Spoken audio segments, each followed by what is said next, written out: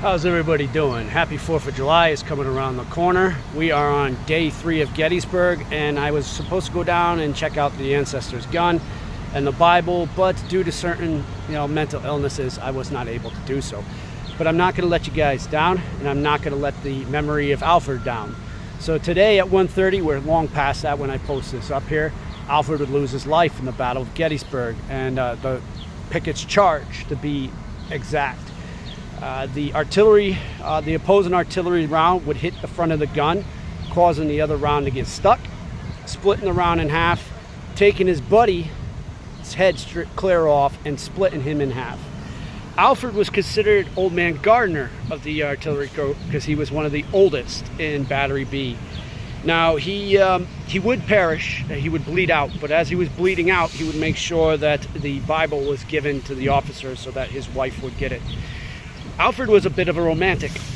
Every battlefield, every place he went to, he made sure that he had a flower to give back to his loved one. Not only was he a romantic, but he was a man of God.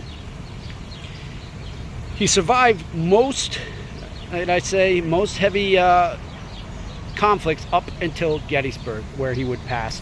I have been able to lay the wreath down on his marker during Remembrance Day, and it is really, really touching to do so. Now this is kind of weird. I did not know about Alfred's existence in Battery B when I joined, and I'm going to talk a little bit more about that later on. I'll add to that story. Now, in this point, like I said, he would pass away. The gun is down in the Varnum Armory, so if you guys ever want to go see it, it's down there. Cool little armory to be down there. His Bible is down there as well. You can ask about it. Now, he was born in Massachusetts, but he would serve over here in Providence, and the Battery B is actually right up the road from where I'm at. I've been to that armory where it used to be. On top of that, the train station that he would be deployed from is up the road. So I'm in proximity of where he would leave and the rest of Battery B as well.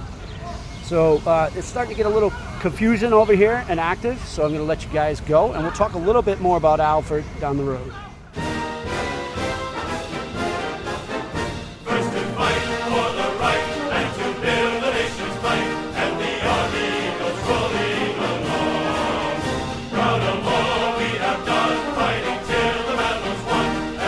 This is the one and only Captain Rendrag. Now, today's episode of Halloween on Military Street, I am going to go into detail. I started earlier about my ancestor, Alfred Gardner. Now, unfortunately, there was a knife fight that started off, so I couldn't finish it off there. And for some reason, the one I recorded up in East Providence did not finish. So I'm going to record it here, and then I'll put it up there for you guys. So Alfred was considered Old Man Gardner. He was one of the oldest people to serve in the American Civil War. He was 45 when he went in to give his services for Battery B. Battery B, and then it was a light artillery group. Now, out of Providence, Alfred was out of the Bristol County up in Massachusetts. Seekonk area, to be precise. He's actually, I think, up there, buried in Seekonk or Swansea. I'm trying to remember which one it was. He survived every major conflict that he was in with Battery B up until Gettysburg. We get to Gettysburg. He survives the first day, survives the second day, and unfortunately Pickett's charge. A great many of men would lose their lives, both sides of that. It is the longest cannon bombardment during the American Civil War, over 45 minutes that this was going back and forth. The South, of course, would want to reserve some of the ammunition because their train was cut off, so they were trying to reserve some of it for the charge going forth. The North, however, did not have those issues. The North had enough ammunition to keep the guns fed. And each battery was consisted of anywhere from 6 to 8 guns. Inside each one of those batteries, there's usually 2 smooth bores. and the rest were rifling. Those smooth bores were meant for a charge that is called canister. And canister is like a giant shotgun. Very devastating. The other types of ammunition, we can get into that too, but we're not going to. The charge that would kill Alfred was a charge that was coming from the enemy's gun while they were going forth with the charge at 1:30. That charge would land smacking the gun at the same time as that gun was launching one out. As it was launching one out, and it is a smooth bore, by the way, when it was launching that one out, it collided and it ended up pushing the barrel in, and the charge got stuck.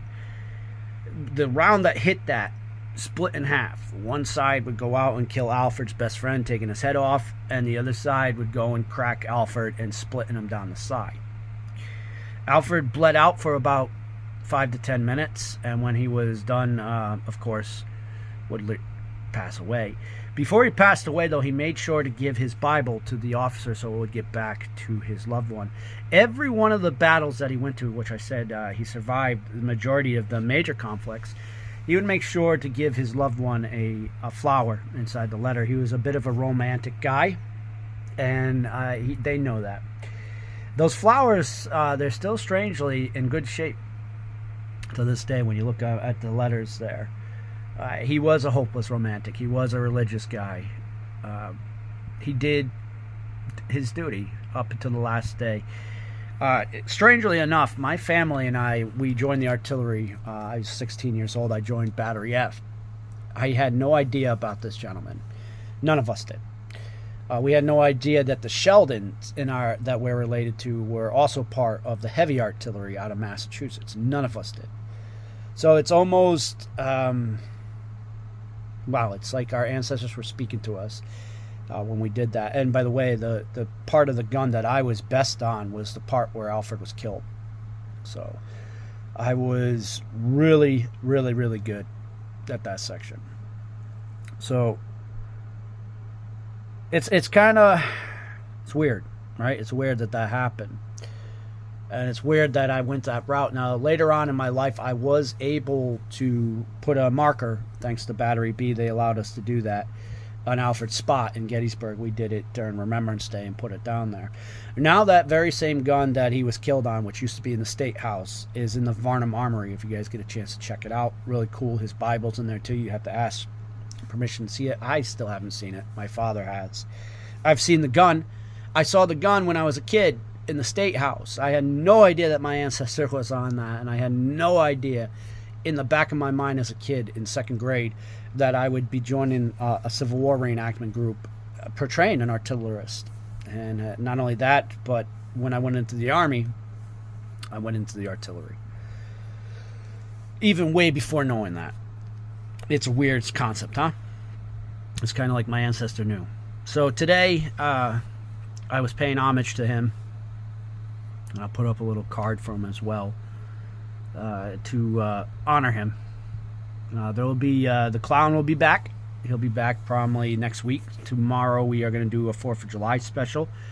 In that we are going to talk about there might have been a day 4 in Gettysburg. They were setting up for it. So we'll get into that. I don't want to really get into the numbers games because we all know that. And we know the outcome of Pickett's charge, so I wanted to talk in detail about my ancestor.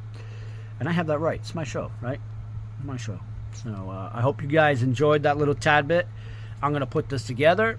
I'm going to plug it up very shortly.